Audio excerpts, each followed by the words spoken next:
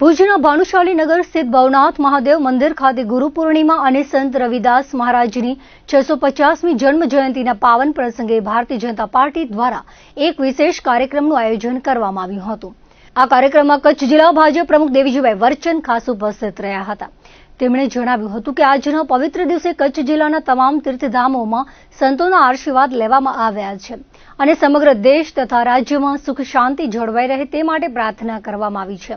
આ પ્રસંગે સંત રવિદાસ મહારાજના જીવન અને તેમના સનાતન મૂલ્યોને યાદ કરીને સૌએ તેમના દર્શાવેલા માર્ગ પર ચાલવાનો દ્રઢ સંકલ્પ લીધો હતો। આ ભવ્ય મહાઆરતીના આયોજન સાથે સમગ્ર કાર્યક્રમ ભક્તિમય વાતાવરણમાં સંપન્ન થયો હતો। આ પ્રસંગે શહેર ભાજપના હોદ્દેદારો, વિવિધ સમાજોના આગેવાનો, સ્થાનિક રહેવાસીઓ મોટી સંખ્યામાં હાજર રહ્યા હતા। આજે ભારતીય જનતા પાર્ટી કચ્છ જિલ્લા દ્વારા સમગ્ર દેશમાં એમ ગુજરાતમાં એમ કચ્છમાં બધી જગ્યાએ ગુરુ પૂર્ણિમા નિમિત્તે એ અલગ અલગ જગ્યાએ સંતોને મળી અને એમના આશીર્વાદ લીધા છે। અમારા સૌ ધારાસભ્યશ્રીઓ, સાંસદશ્રી બધાએ આજે સવારથી જ આખા જિલ્લામાં જેટલા કચ્છના પવિત્ર તીર્થધામો છે એમના એ પૂજનીય સંતોના આશીર્વાદ લીધા છે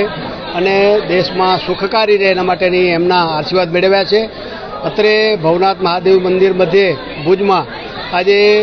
રવિદાસ મહારાજની 650મી એ જન્મજયંતિ સમગ્ર દેશમાં ઉજવી રહ્યા છીએ ત્યારે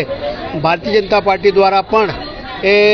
વાલ્મીકી સમાજના આરાધ્ય અને સંપૂર્ણ હિન્દુ સમાજના આરાધ્ય રવિદાસજી મહારાજની 650મી જન્મજયંતિ જ્યારે સમગ્ર દેશમાં ઉજવાઈ રહી છે ત્યારે સમગ્ર દેશમાં આજે અને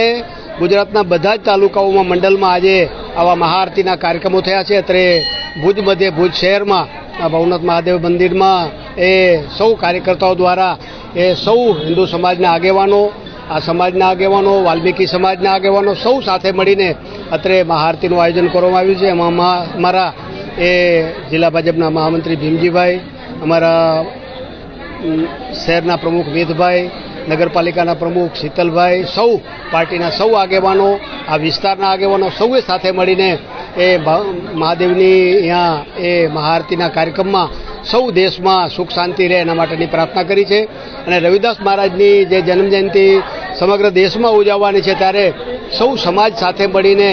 એ સાથે એ રવિદાસ મહારાજના જીવન કવન એના જીવનમાં જે પ્રકારે એમણે સંઘર્ષ કરીને અને સંપૂર્ણ સમાજને સનાતનના જીવન મૂલ્યો એ ફરી પાછા પુનર્જીવિત થાય એના માટે એ એમણે કામ કર્યું છે, એના રસ્તે ચાલવાના સૌએ અત્રે એ સંકલ્પ લીધો છે।